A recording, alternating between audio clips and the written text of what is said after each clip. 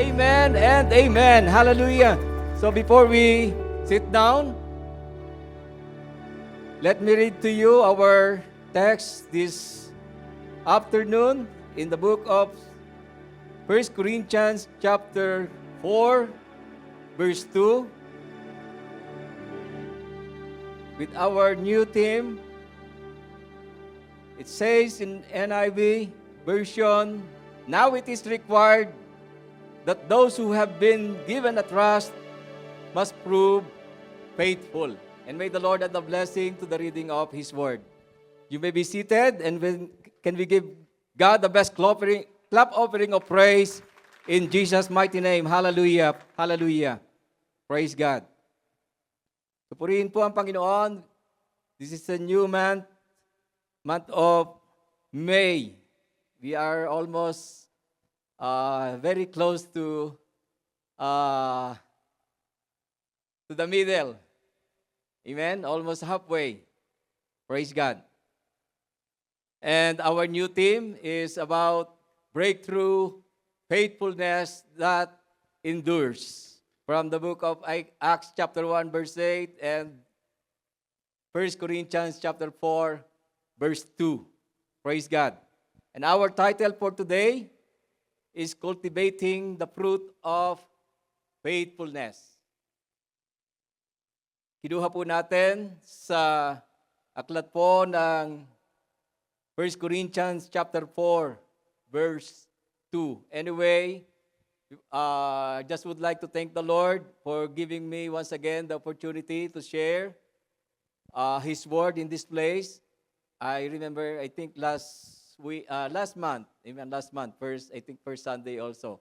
Amen. Nung ako po ay na-assign muli sa lugar na ito. Praise God. And last Sunday, we celebrate our 6th anniversary in JIL Strathmore. And I would like to thank God for the life of JIL North Calgary. You must be glad, amen, because JIL Strathmore is a daughter church of JIL Strathmore. Amen. Hindi ba kayo natutuwa? Hindi ba kayo nagagalak? Palakpakan naman natin ang Panginoon. Praise God. Amen. Parang ang hina ng palakpak natin. Praise God. In celebrating our 6th anniversary, our speaker is no other than our beloved provincial pastor, Pastor Ana Anyada. And we experience God's greater glory. We experience the power of God mightily. And thank God for even for the prayers of our beloved, yung ating po mga kapatid sa Panginoon, ating mga intercessors, praise God. I know, wala man po kayo doon, but I know na lagi ko po sinasabi that JIL Calgary, no? JIL Strathmore is not complete without mentioning JIL Calgary. Amen? Dahil sa pamamagitan po ng ating minamahal na pastor at ng ating pong mga manggagawa po dito, nagkaroon po tayo ng gawain doon. Amen? To God be the glory. Praise God. Palakpakan natin ng Diyos. Praise God once again. Hallelujah. Cultivating the fruit of faithfulness. Gusto kong basahin uli ang sinasabi po dito sa 1 Corinthians chapter 4 verse 2, "Now it is required that those who have been given a trust must prove faithful." And just to give you a short background why Paul wrote a letter to the Corinthian church, as we study that the number one purpose of his letter is to correct the serious problem in the Corinthian church that had been reported to him. You know, Paul started the ministry in Corinth, and after that, after he established the church in there, he moved to Ephesus. His second reason is to provide counsel and instruction on a variety of questions regarding some concern in the church. And this letter is to exhort the Corinthian church to live as who they truly are, as saints or God's holy people. As he greeted the people or the believers in Corinthians, in 1 Corinthians chapter 1, verse 2, it says that to the church of God in Corinth, to those sanctified in Christ Jesus, called to be His holy people, together with all those everywhere who call in the name of the Lord, of our Lord Jesus Christ, their Lord and ours. Praise God. And I believe that this is not only for the church of Corinth, but this is also in the church of Calgary, when he said, together with all those everywhere who call on the name of the Lord Jesus Christ. Amen. Are you calling in the name of the Lord Jesus Christ? Amen. Praise God. So, as I study the place of Corinth during the time of Apostle Paul, Corinth, an ancient city of Greece, was in many ways the most prominent metropolis of Paul's time. Like many prosperous cities like Calgary and other cities, Corinth was intellectually arrogant, materially affluent, and morally corrupt, and sin of every kind. Listen carefully. Sin of every kind flourished in this notoriously sensual city. Members of the church in Corinth grew up in this pagan context. And since they had only recently become Christians, they are new Christians, it is not surprising that they were still, to some degree, embracing Corinth's worldly values. And one of the great challenges of Christianity is to live like this place, the place of Corinth. It is considered immoral as a city. It is very diversity of people. It is very multicultural. And you know, that is their history. But praise God, Paul came to establish a church there. Amen? And after that, he went to Ephesus. And when he was in Ephesus, he received a report that there is a problem in Corinth. And what was the problem?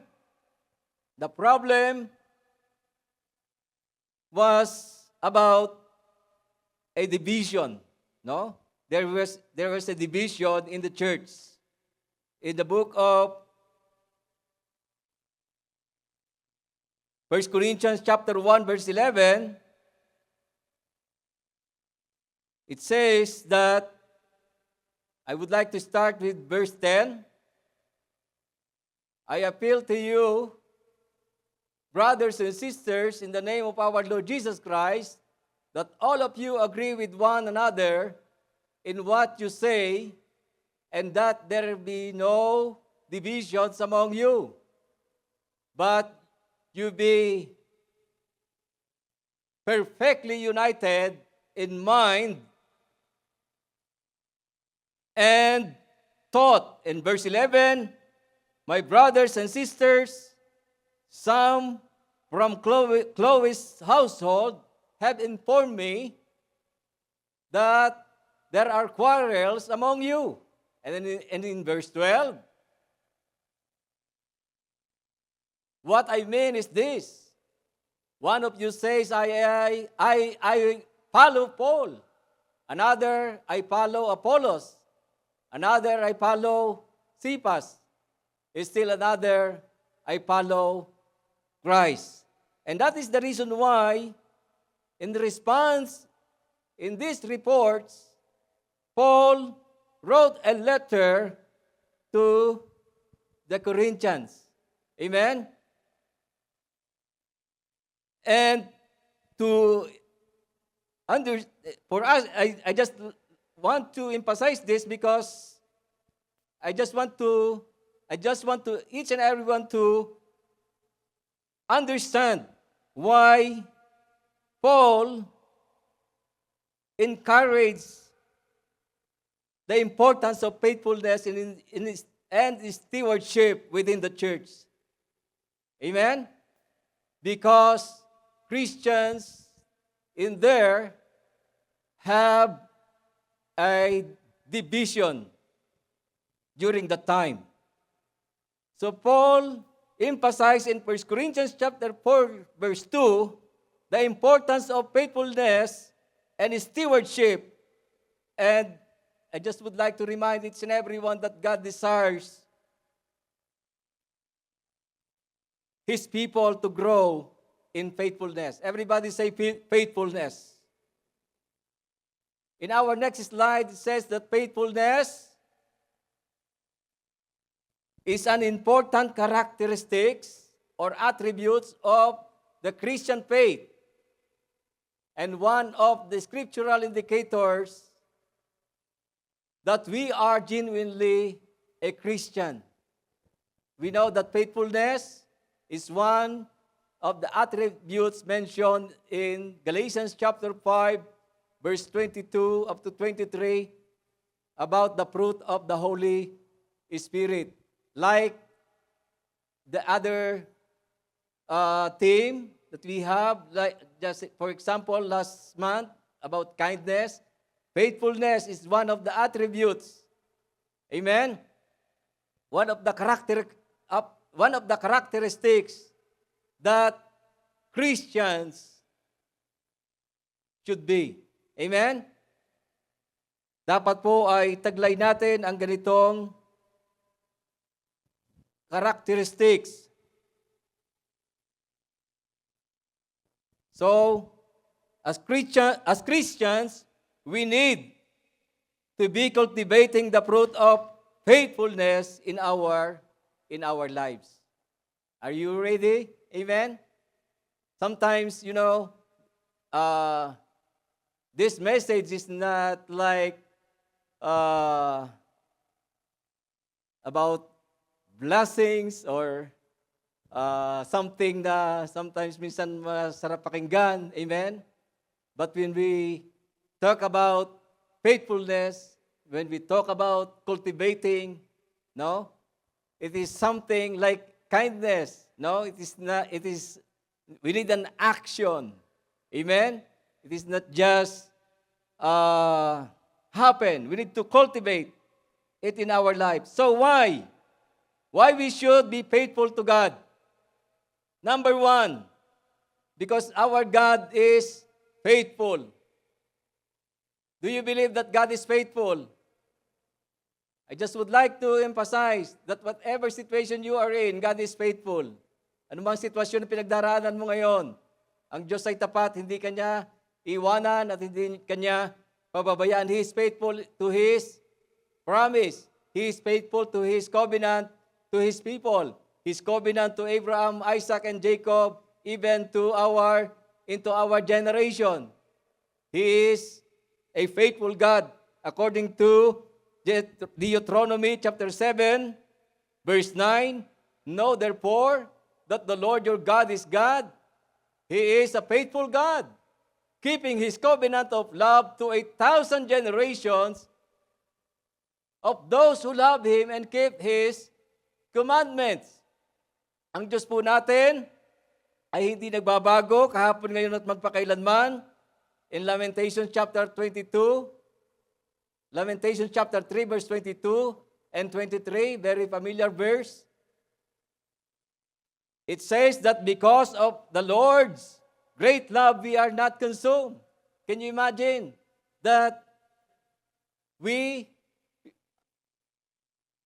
because tayo po ay mga anak ng Diyos, at kahit na tayo mga anak ng Diyos, sometimes, dumadating po yung time na merong katigasan ang ating mga ulo. We disobey His command. But still, God is faithful. He never let you go. Amen? He still uphold you with His righteous right hand.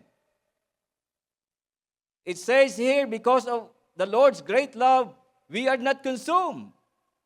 His compassion never fails.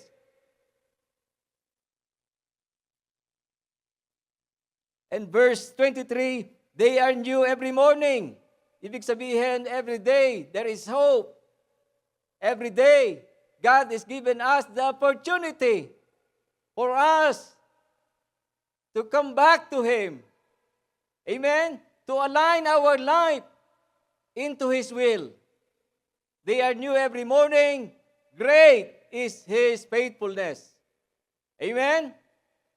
Tapat po ang Panginoon sa Kanyang covenant sa iyo at sa akin. In Psalms chapter 33, verse 4, for the word of the Lord is right and true. He is faithful in all He does. Tapat po ang Panginoon sa lahat ng Kanyang mga ginagawa. Hindi po Siya nagsisinungaling at wala Siyang, bagamat minsan, blame natin ang Panginoon sa mga nangyayari sa ating mga buhay, but we believe that our God is faithful and the Lord is right and true. He is just. He has no favoritism. Amen? Alam niya ang kanyang mga ginagawa. He knew what he is doing. He is faithful in all He does. And in 2 Timothy chapter 2, verse 13, it says that if we are faithless, He remains faithful, for He cannot disown Himself. He cannot disown and He cannot deny Himself. That is His attributes. He is a faithful God. He is faithful unto you and me. Amen? Even you are not faithful unto Him, He is still faithful. Amen? And if we know that, if you know that He is faithful, what should be our response? Continue in being unfaithful? Amen? How long? For how long? For how long we will disobey Him? For how long we will not giving Him an attention to what He wants for us. So, we should be more faithful unto Him. We must understand God's faithfulness is not dependent on human action or belief. It is rooted in His unchangeable, unwavering character. Amen? That is His character. Sometimes we as Christians, it's easy for us to be unfaithful. After we receive blessings, it is easy for us to forget God. Amen? But God is unchanging. God is faithful. It serves as a promise of His unwavering love to His people in spite of our weakness. Amen? In spite of our weakness, He is remain faithful. Amen? He is remain faithful. He's still giving us a chance. Amen? Another chance. Another day. They are new every morning. That is our God. Amen? So that is why I encourage each and everyone, let us be faithful unto Him. Amen? Not mamaya, not tomorrow. Now, let us start. Amen? to think about our situation, our condition in our relationship with God. Amen? We are not just coming to church every Sunday and after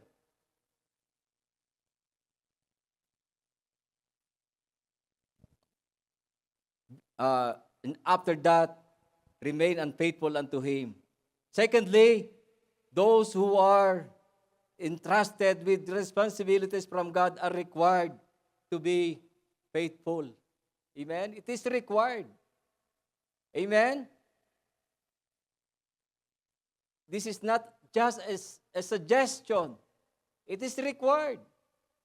So those who are entrusted with responsibilities, to those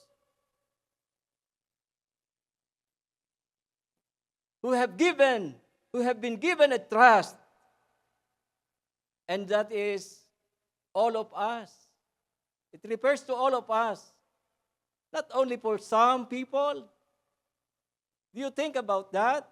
Amen? Did we think about that? That it is for all of us. Amen? We all have duties and responsibilities and accountability before the eyes of God.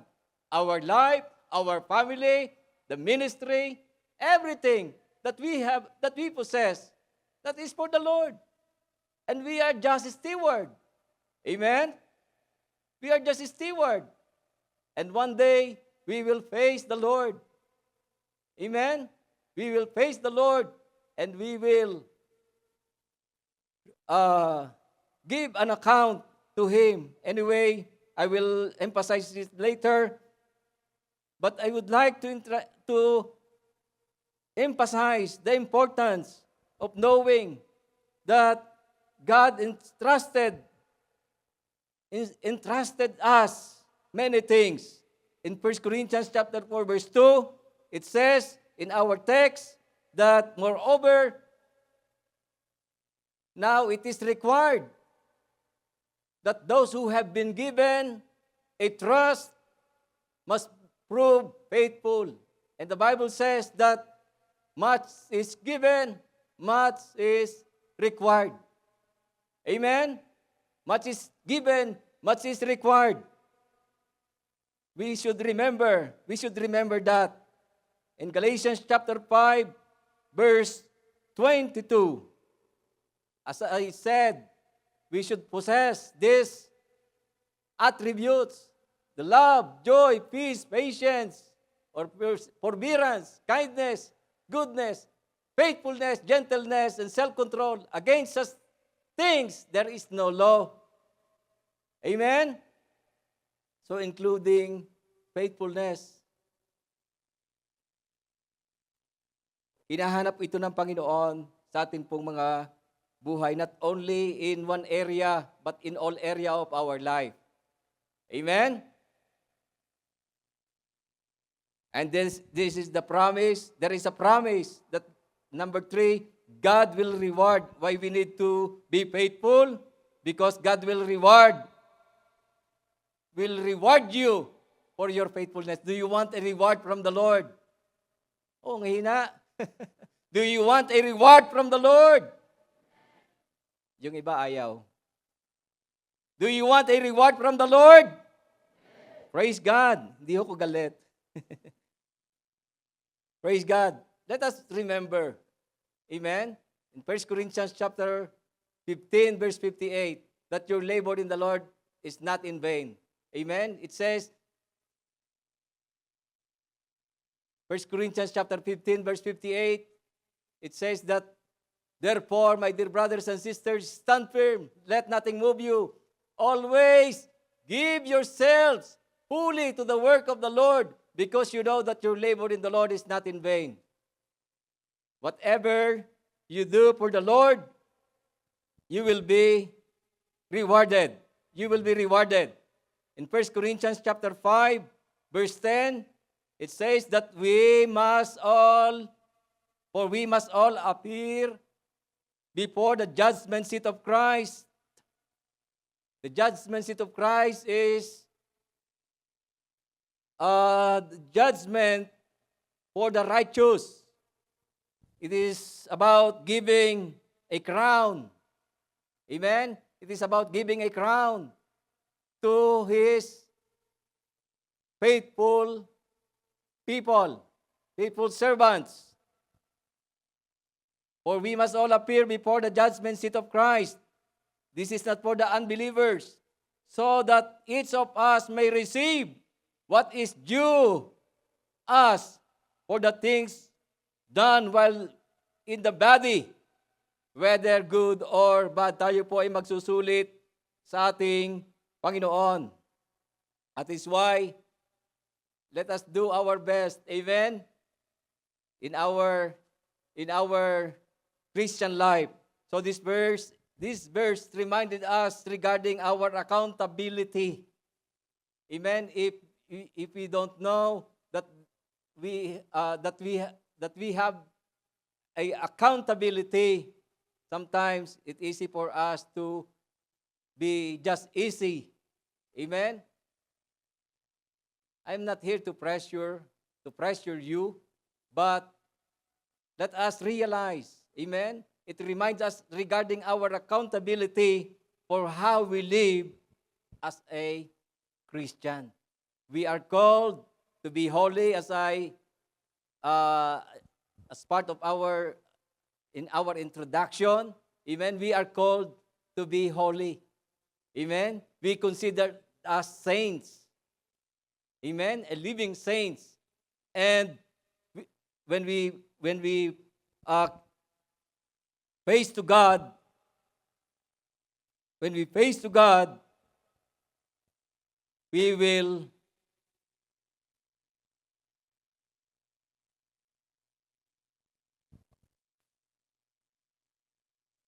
we are accountable for what we have done while we are here on earth. Praise God. So what is that? So again, to summarize, so why we should be faithful to our God? Because God is faithful God. Secondly, because those who have given a trust or responsibilities, it is required. Amen? And thirdly, God will reward for your faithfulness. And alam po natin, hindi tayo nakakalimutan ng ating Panginoon. Doon po sa book of Matthew chapter 25, verse 21, ang sabi po dyan, His master replied, "Well done, good and faithful servant. You have been faithful a few things. I will put you in charge of many things. Come and share your master's happiness." Praise God. And second, how to cultivate faithfulness. Number one is start being faithful to God and to His Word. In Psalms 119 verse 11, I have hidden your word in my heart that I may not sin against you. How can we keep His word in our heart? Amen? Do you obey? Do you obey His command? Or just ignore it? Just hear it from our ears? Amen? And then after, what? Amen? So, the psalmist start saying, I have hidden your word in my heart. No? I have hidden your word in my heart. That means he kept, this is his tool. Amen? In order for him not to do something against God. That is why he said that I might not sin against you, upang hindi siya magkasala sa Panginoon. If we listen and obey the word of God, amen?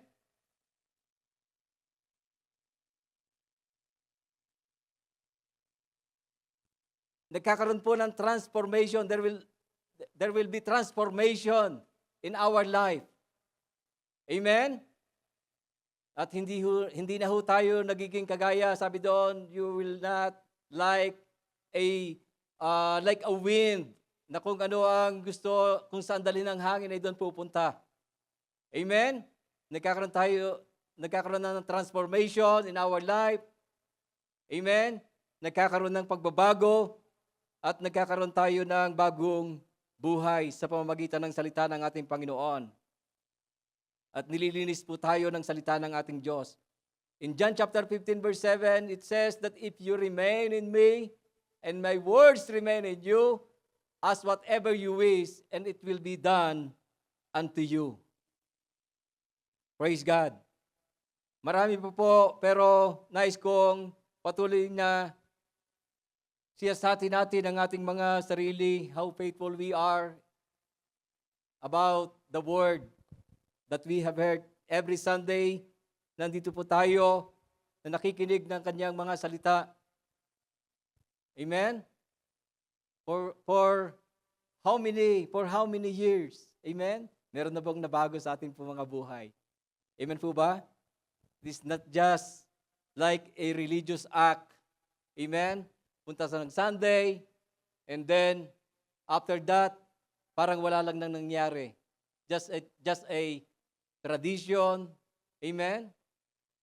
But there should be transformation in our life.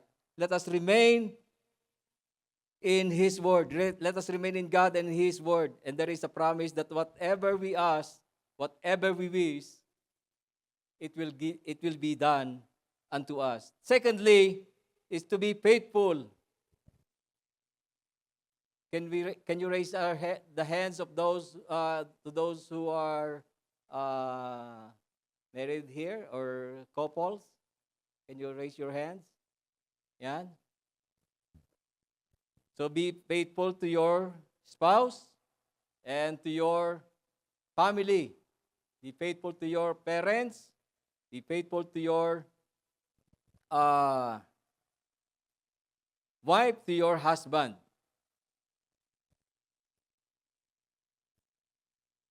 This is a appeal to all the couples to be faithful to your partner, to your spouse. Maybe some of you are afar to your husband or to your wife. I would like to encourage you to be faithful unto them. I have met one of the guy that aside from his wife that is now in the Philippines, he has two girlfriend. This is not a chismis because at least hindi ko naman sinabi kung sino po siya. I just would like to give an example. He has two girlfriends. And I talked to him and I told him, why did you do that? Amen? Sabi niya, in Tagalog, mabuti na ang may reserba, sabi niya. Sabi ko, ano yan, kotse? Dahil alam ko lang na may reserba, yung reserba na gulong, di ba? We need to be faithful. Amen? We believe in good karma and bad karma. Amen? He has two girlfriends. Sabi ko sa kanya, ang pogi mo naman. Ikaw na.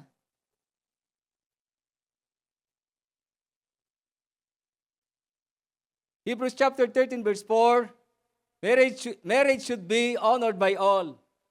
Amen? So listen carefully, couples.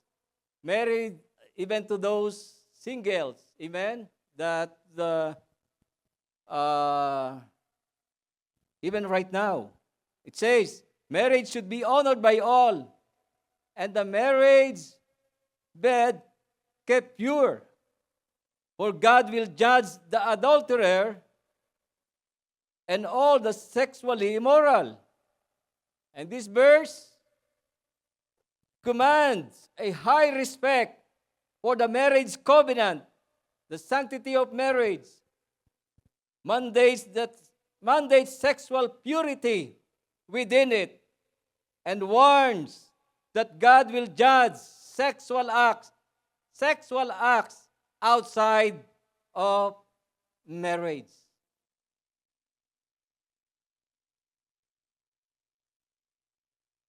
Again, I am not here to judge you.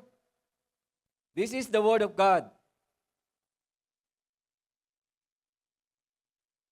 Ephesians chapter 5, verse 22 to 25. This is a instruction, no? Biblical instruction for the relationship in the family, for the husband and wife, especially. It says that wives, in verse 22, wives, submit to your own husbands as you do to the Lord. In verse 23, for the husband is the head of the wife, as Christ is the head of the church, his body, of which he is the Savior. And verse 24, now as the church submit to Christ, so also wives should submit to their husbands in everything. And there should be no questions. Why? Amen? Why this command is given? So it is not for the husband to just to under his wife, but to have an order into the family, into the relationship of husband and wife. And the husband's command to love their wives sacrificially, just as Christ loved and gave himself for the church. It says in verse 25, husbands, love your wives, just as Christ loved the church, gave himself for her. Hindi po ibig sabihin na kapag nagpasabit yung asawang babae ay ibig sabihin ay mas mataas siya. Amen? Ang command ng salita ng Panginoon, especially through Apostle Paul, husband, love your wives sacrificially. Kung paano si Jesus nagsakripisyo, amen? For the sake of the church. Are you still alive? Amen? Are you still there? Amen? Palagpakan nga natin ang ating Panginoon. Praise God. So the context of these verses is that marriage relationship serves as a model for the bond between Christ and the church. Kung paano ng Panginoon, ganon ang kanyang relationship sa iyo at sa akin as church. Amen? Ganon din po ang nais ng Panginoon to the relationship of each and every couple. And to the children, in chapter 6, verse 1 to 4. So children are commanded to obey their parents.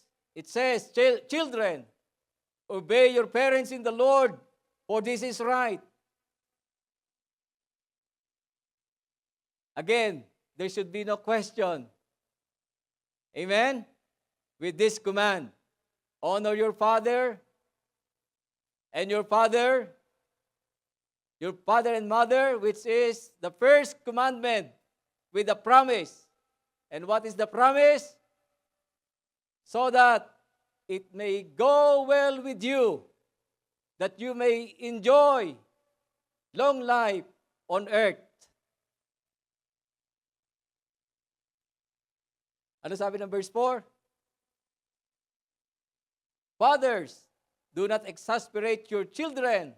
Instead, bring them bring them up in the training and instruction of the Lord. Iniutos din sa mga magulang, not only to the fathers, but to the parents, to discipline, a godly discipline for their children. That is why children, do not disobey to your parents. So, we are to obey our parents in the Lord and honor them, which is the first commandment with the promise, and the promise in honoring parents leads to life going well and a long life on earth. Praise God. So sa mga anak na narito, kung buhay pa ang inyong mga magulang, amen, it is not too late. It is not too late to love your parents, to honor your parents. Amen? Praise God. And third, be faithful. Be a faithful steward.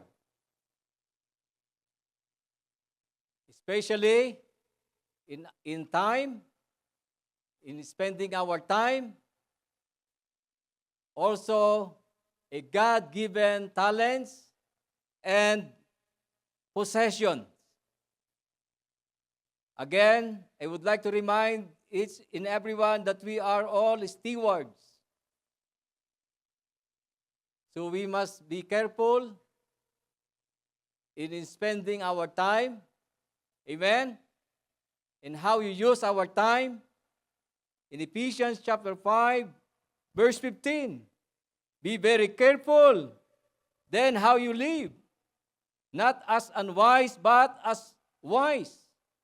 So this verse commands each and everyone to live intentionally and thoughtfully, avoiding foolishness, making wise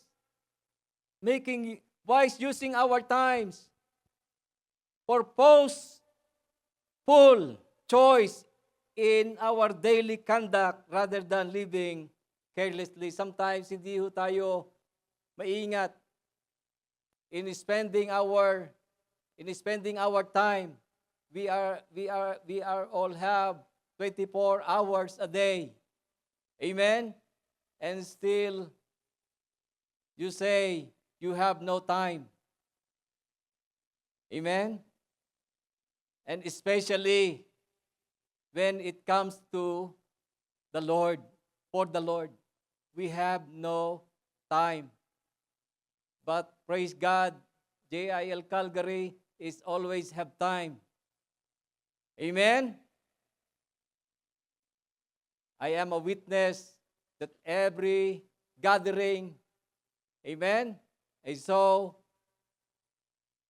I don't know if just a car parking in there.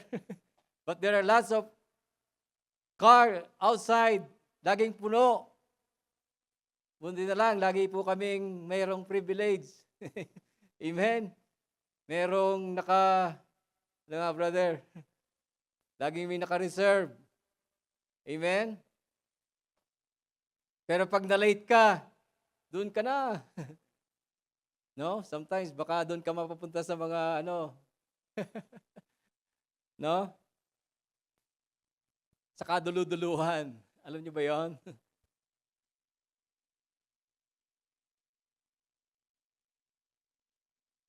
So lahat po tayo ay mayroong 24 hours na binigay ang Panginoon. How can you budget your time? Amen. Do you still have time for the Lord? Do you still have time for your quiet time? Amen? Or ubos na sa iyong social media? Sorry to say. Amen po ba? Sometimes you have too much time in your with your friends, with your in your work. Of course, in work, usually minimum of 8 hours. Amen? And they said that at least 8 hours sleep. Kung wala kang part-time. No? How if you have a second job, or third job, or fourth job? Meron pa ba? Hindi ka na natulog noon. Di ba? Pagka kagaya nating medyo nagkakaedad na, pagka mayroong 4 na oras, 6 hours, di ba? It's more than enough. But, let's say 8 hours sleep. How much is left? Ilang oras pa yung natitira? You still have 8 hours. So you have time to cook, you have time to for your laundry, to clean the house. But why? You say you have no time. Amen? So time management. So we need to manage our time. Praise God. Kasi yun din po ay ipagsusulit natin sa ating Panginoon. And sometimes people have time to talk about the life of other people. Di ba? Some people have lots of time for that. Di ba? Nobody is perfect, right? And some people decided to leave the church. Di ba? And some people leave the church and they live quietly. Di ba? And sometimes, people live with anger, with resentment, and after how many years? Amen? They have time.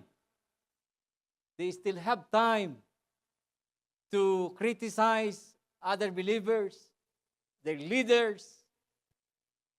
Instead of, if you are Christians, if you are a genuine Christian, instead of criticizing the other believers and the leaders, why not to pray for them? Amen? And if after how many years and you still not move on, yung mga nagkikriticize, sila yung mga hindi masaya sa kanilang pag-alis, habang buhay silang hindi masaya. Kasi kung masaya sila, nakamove on na po sila. At kung tayo ho ay nape-persecute, kung tayo po ay madalas na napagsasabihan ng masama, just don't mind them. Amen? They don't know, amen, what they are doing. Just give them to the Lord. Bahala na po ang Panginoon sa kanila. Amen? Kaya, choose your time. Spend your time wisely. Amen? Praise God. And secondly, I believe each and everyone have a gift from the Lord. Amen? Lahat tayo ay binigyan ng Panginoon ng iba't ibang talents. 1 Peter chapter 4 verse 10. Each of you should use whatever gift you have received to serve others as faithful stewards of God's grace in various forms. Huwag tayong mainggit sa iba sapagkat ang Diyos mayroong ibinigay na para sa iyo. And do not compare yourself to other. Don't compare Pastor Larry to Pastor Ana. Amen? We have different gifts. Amen? Meron ho tayong kanya-kanyang regalo na tinanggap mula sa ating Panginoon. And this verse reminds each and everyone that everyone has received a gift, and which we should use those gifts to serve others rather than selfish gain. And with that, we bringing glory to our God. So whatever gift you may have right now, use it for the Lord. Sabi doon, not for your selfish gain. Hindi para sa iyong pansariling pakinabang, kung hindi yung kung paano ka makapagbibigay ng kapurihan sa ating Panginoon. And of course, how about to our possessions or money? Yes, that is yours. Amen? Wala hong umaangkin. Amen? That is yours. But that is from the Lord. Amen? So anong sabi po ng Luke chapter 16 verse 10? Kailangan din natin itong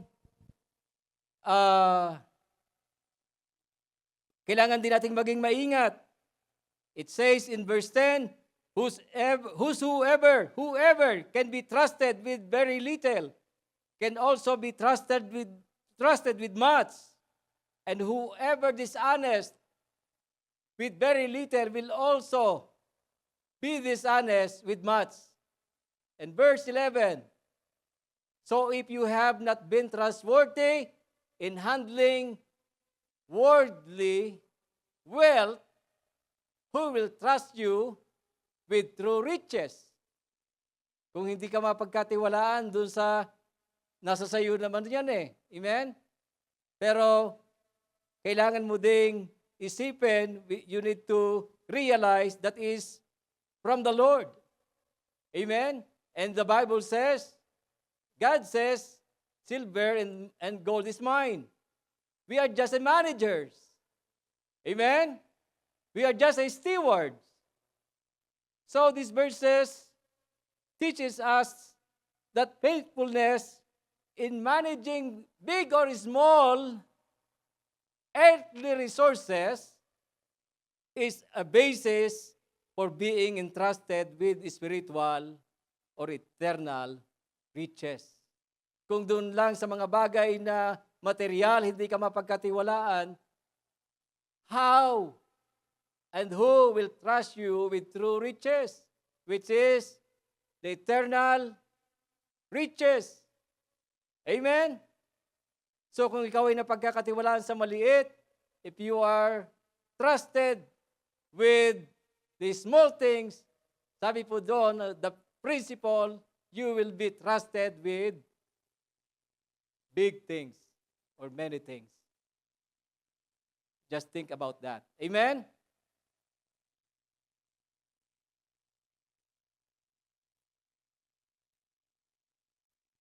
And the last but not the least,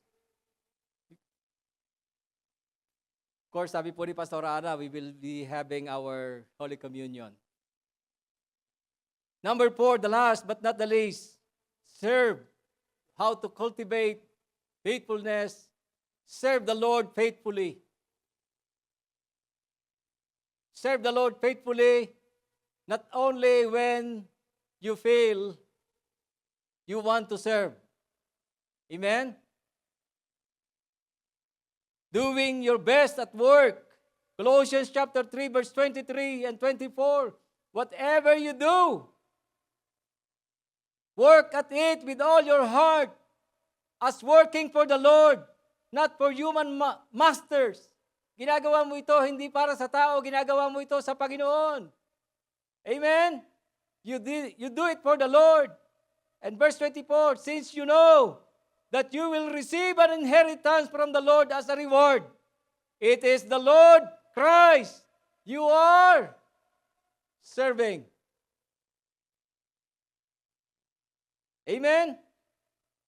Sa secular man, even in secular or in the church, whatever you do, it says, do it with all your heart. And do it for the Lord. Amen? Ginagawa mo ito not for human masters. You do it for the Lord. It is the Lord Christ you are serving. Amen? Kaya kung gagawa na rin lang tayo sa Panginoon, let us do our best. Amen? And sometimes nga, yung pagpalakpak pa lang, hindi pa mabigay natin yung the best natin, wala namang bayad yun. Di ba? Yung pag-awit natin, yung pagpupuri sa Panginoon. Dadating ka na nga lang, late ka pa. Di ba? Tapos ikaw pa yung maunang umuwi. Di ba? Tapos ikaw pa yung nagrereklamo. Do our best. Amen? For the Lord. Kasi hindi ang tao ang ating pinaglilingkuran. Amen? Eh, hindi naman ako napansin na pastor. Hindi naman ako napansin ng aking leader.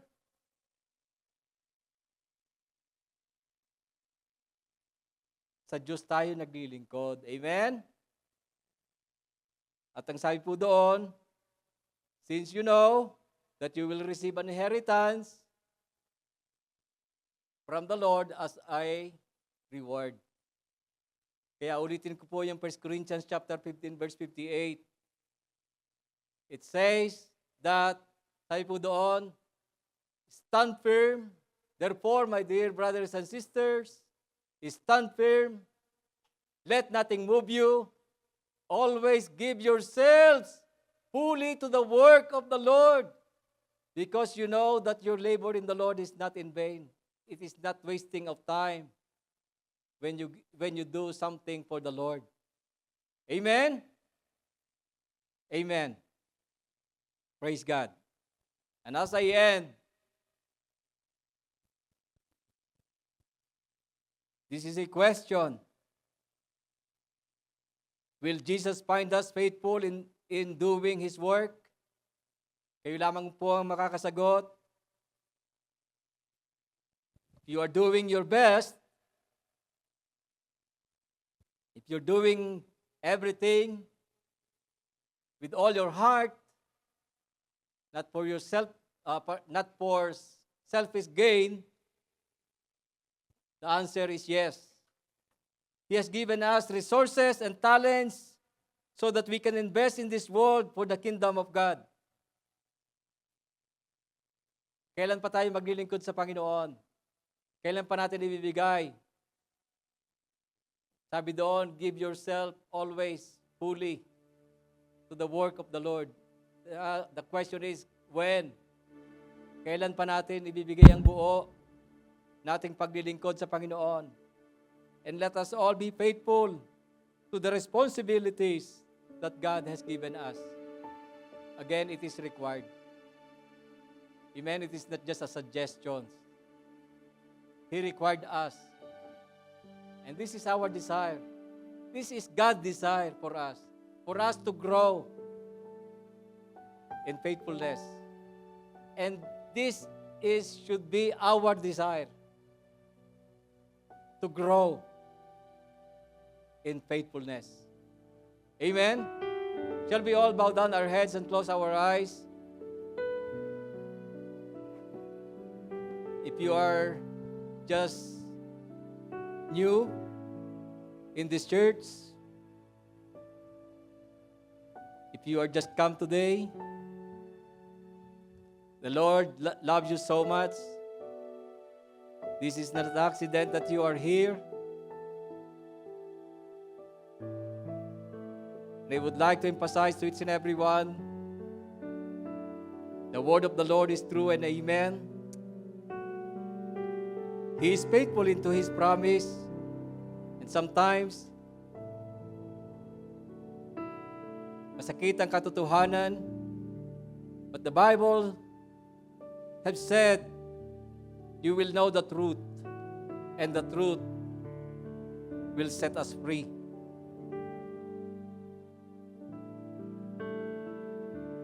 I would like each and everyone to feel the love of God in our midst. The Lord loves us so much.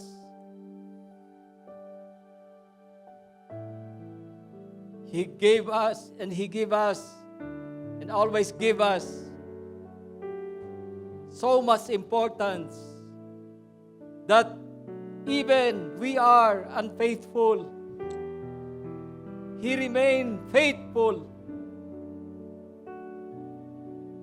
And His mercies and compassion never ends. They are new every morning. Great is His faithfulness. Hallelujah. What is our response to the faithfulness of God in our life? Do you realize that every day the Lord wake you up,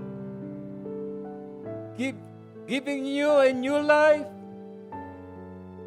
good health,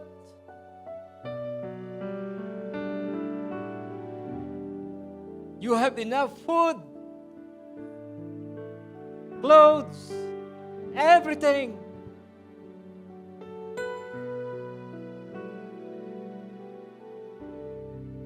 And sometimes we are ungrateful, not realizing that everything is come from the Lord.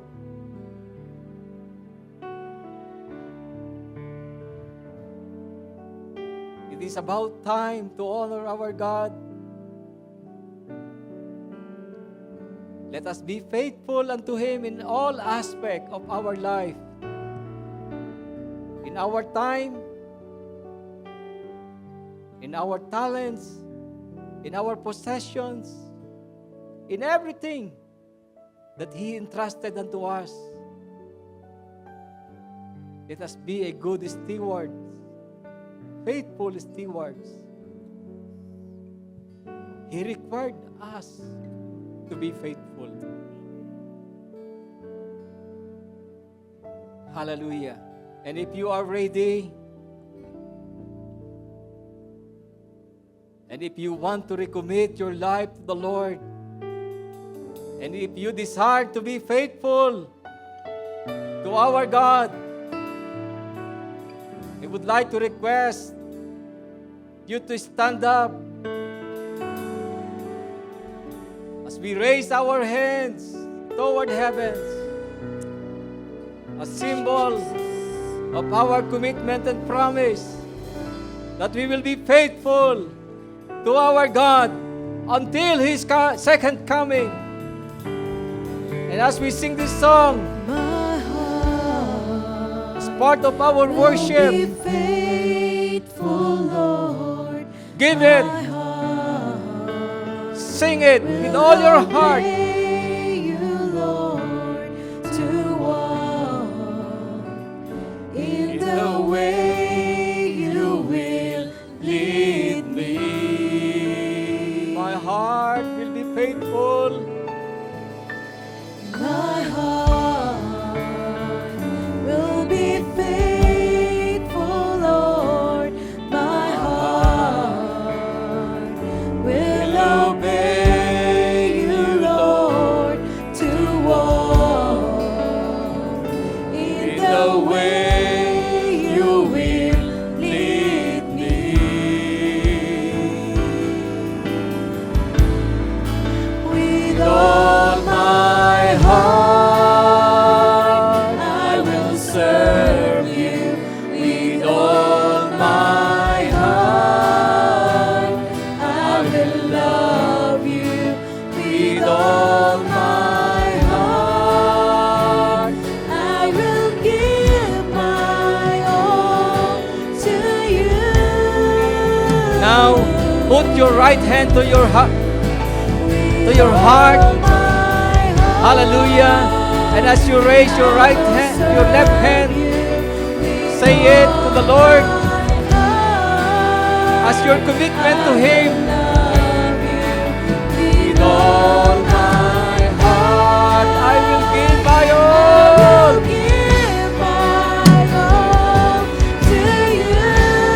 With all my heart. With all my heart, I will serve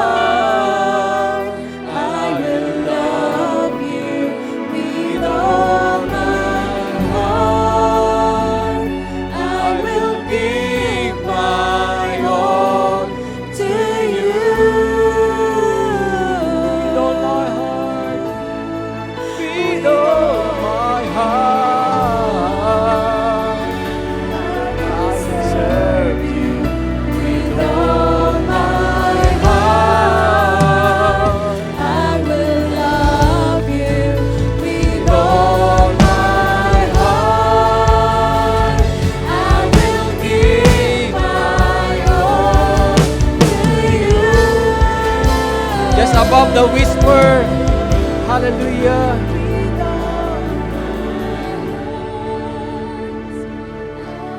All my heart, I will sing. All my heart, I will give my all to you. With all my heart, Lord. With all my heart, I will serve you. With all my heart, I will love you. With all my heart, I will give my all to you.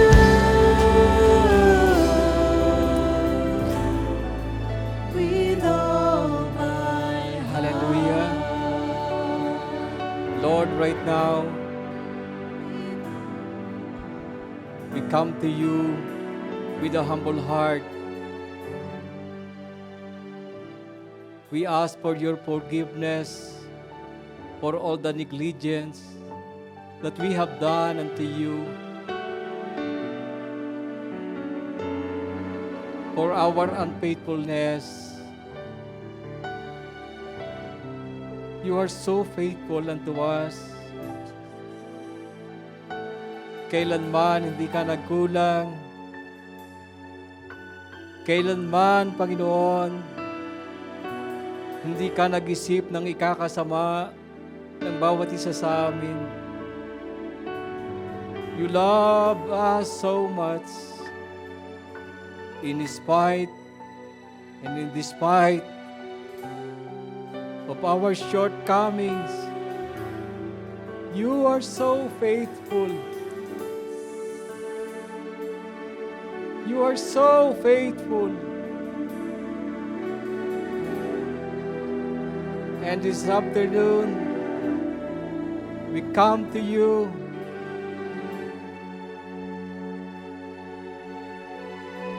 We come to you once again. Thank you, Lord, for giving us another opportunity. Thank you for giving us another chance for us to give our best unto you. That beginning today, beginning this moment, as we realize, oh God,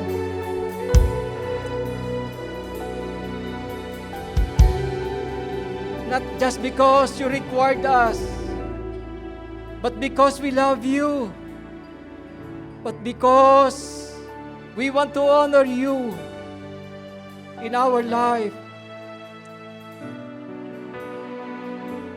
And we realize, oh God, that this life belongs to you. We are just your stewards. We are just the managers, even to all that we have in this life. We realize, Lord, na dumating kami sa mundo nito na wala kaming anumang dala.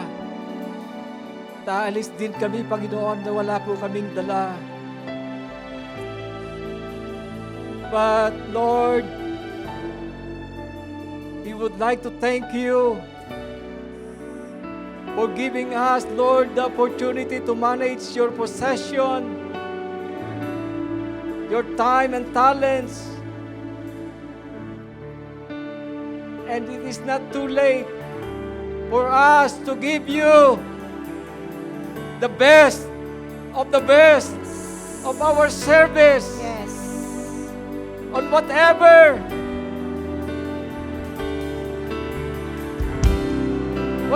things that you want us to do.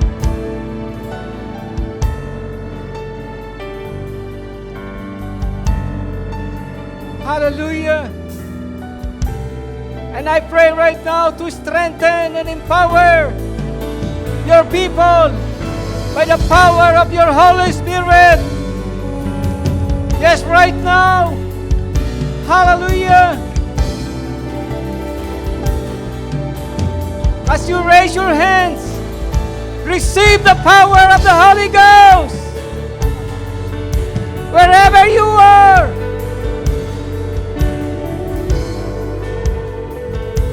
Hallelujah. The Lord is touching you, empowering you. Hallelujah. And if your desire is to grow in His faithfulness,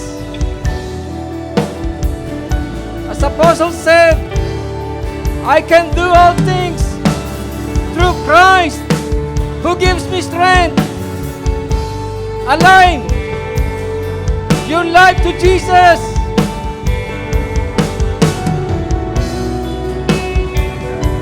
Whatever you do your best. Hallelujah. Be faithful unto Him and His word. As He said, if you remain in me, and my words remain in you, ask whatever you wish, and it will be given unto you. Hallelujah. It is about time, church, to give our best to the Lord. Hallelujah. For the last time, let us sing this song with all my heart. Sa'yo'y magtatapat, ibibigay lahat-lahat. Sing it with all your heart. Hallelujah.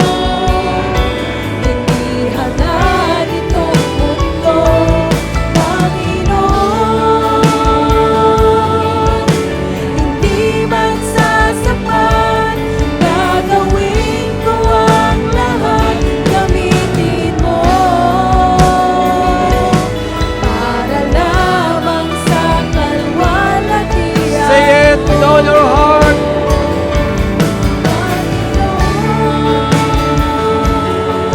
Ako sa'yo'y magtatapat, ibibigay lahat-lahat ang puso ko. Hindi hangad itong mundo, Panginoon. Hindi man sasapat, gagawin ko ang lahat, gamitin mo. Para lamang sa kalwalhatian mo. God is looking not for the eloquent. God is looking not for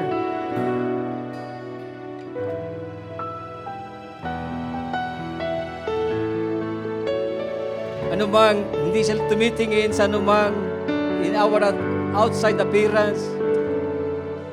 He is looking for men and women who are faithful unto Him.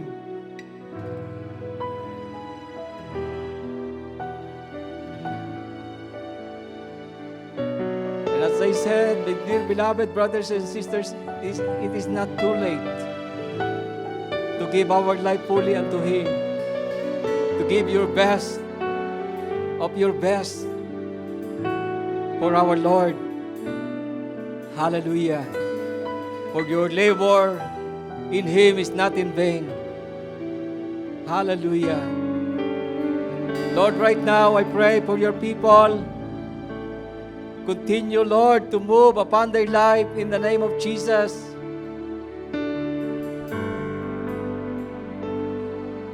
Nangahawak kami, Panginoon, sa iyong mga pangako.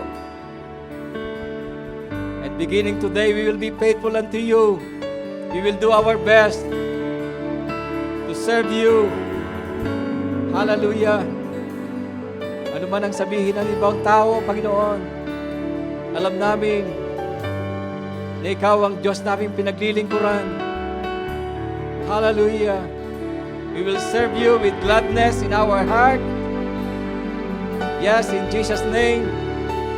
And I pray right now, whatever situation we are in right now, to those who have problem, to those who are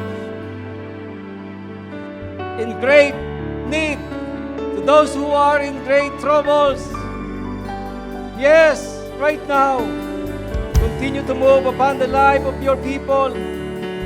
Yes, touch them right now in the name of Jesus. Ano man ang iyong sitwasyon, be faithful. Because the Lord, your God, is faithful in all His promise unto you. Yes, hallelujah. Thank you so much. And even, Father, to those who are sick, right now, in the name of Jesus, release your miracle healing power upon them. Yes, in the name of Jesus. Receive it in Jesus' name. Hallelujah. Believe and you will receive whatever you ask for in prayer. Yes, in Jesus' name. To those who are broken because of your relationship, the Lord is embracing you right now. I speak restoration. Yes, in Jesus' name. Hallelujah. Receive the warm embrace of our God. Hallelujah. As He promised, He will never leave you nor forsake you.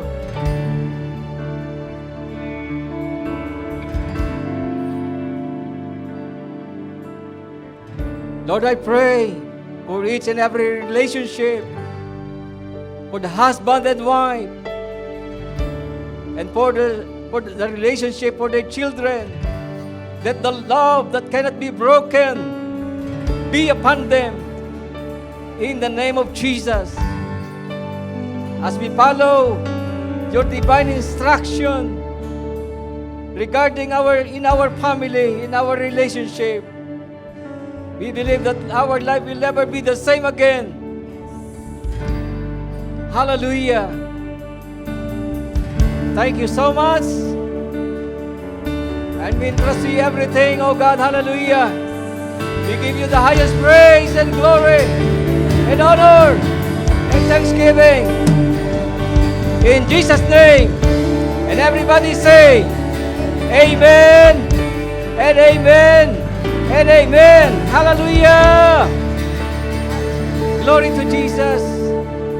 Hallelujah. Sige po sa oras na ito, I have no enough time, but I believe that ang Panginoon ay patuloy na kumikilos sa buhay ng bawat isa. You may be seated for a while, and we will go, and we will proceed to our Holy Communion. And I just would like to realize and emphasize that Holy Communion is one of the ordinance that God has given to the church. And this is our great opportunity to partake this Holy Communion. Praise God. I just want to read 1 Corinthians chapter 11 verse 23. For I received from the Lord what I also pass unto you. The Lord Jesus, on the night He was betrayed, took bread, and when He had given thanks, He broke it and said, This is my body, which is for you. Do this in remembrance of me. In verse 25, in the same way, after supper, He took the cup, saying, This cup is the new covenant in my blood. Do this whenever you drink it in remembrance of me. For whenever you eat this bread and drink this cup, you proclaim the Lord's death until He comes. Praise God. Sa bawat oras na inihayag daw po natin at inaalala po natin kumakain po tayo ng tinapay at umiinom ng Diyos sumisimbolo sa dugo ng ating Panginoon. Sabi po dyan, we proclaim the Lord's death until He comes, na ang Panginoon ay muling magbabalik. Praise God. And He said, to do it in remembrance of Him.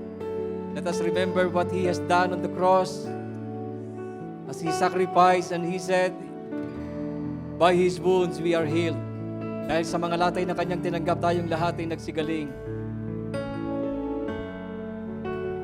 And as we partake even the fruit of the vine symbolizing the blood of Jesus, the blood of Jesus, the shed of the Calvary, is more than enough to wash away our sins. Hindi lang para takpan ang ating kasalanan, but upang tayo po'y linisin totally, magkaroon ng tunay na kalayaan sa ating buhay. Shall we all pray? Father God in heaven, we thank you for this great opportunity for us to partake this Holy Communion. And we pray for these elements, O God, the bread symbolizing your body, and the fruit of the vine symbolizing your blood. And Lord, as we partake, we pray to each and every one for us to receive, O God, all the benefits of the cross of Calvary. Continue to cleanse these elements and alisin mo ang anumang makakasira sa aming katawan, and let your power be upon us. We thank you so much. We give you the highest praise and glory. In Jesus' mighty name, and everybody say, Amen and Amen. Sige po, you can take one. Huwag na muna po natin kainin. Sabay-sabay po tayo mamaya. I'm accepted. You were condemned. And as we worship to the Lord, let us all stand up. Your spirit Hallelujah. is within me, because you died and rose again. Amazing love, how can it be that you, my King, would die for me? Amazing love, I know it's true. It's my joy to honor you. Amazing love, how can it be that you, my King, would die for me? Amazing love, I know it's true. It's my joy to honor you in all I do. I adore you. Hallelujah. For I received from the Lord what I also pass on to you. The Lord Jesus, on the same night, on the night he was betrayed, took bread, and when he had given thanks, he broke it and said, "This is my body which is for you. Do this in remembrance of me." Let us take the bread.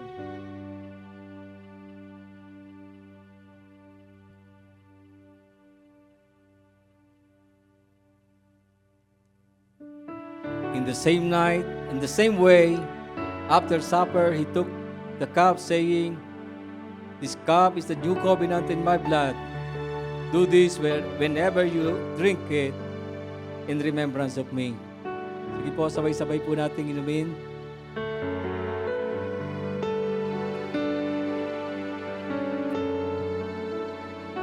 Let us pray. Once again, Father God, thank you for all the things that you have done in our life. Thank you for the gift of salvation. And thank you, Lord, for all the things that you have done on the cross. Thank you for all the benefits. Hallelujah. This we pray in Jesus' name. Amen. Amen. Amen. Praise God.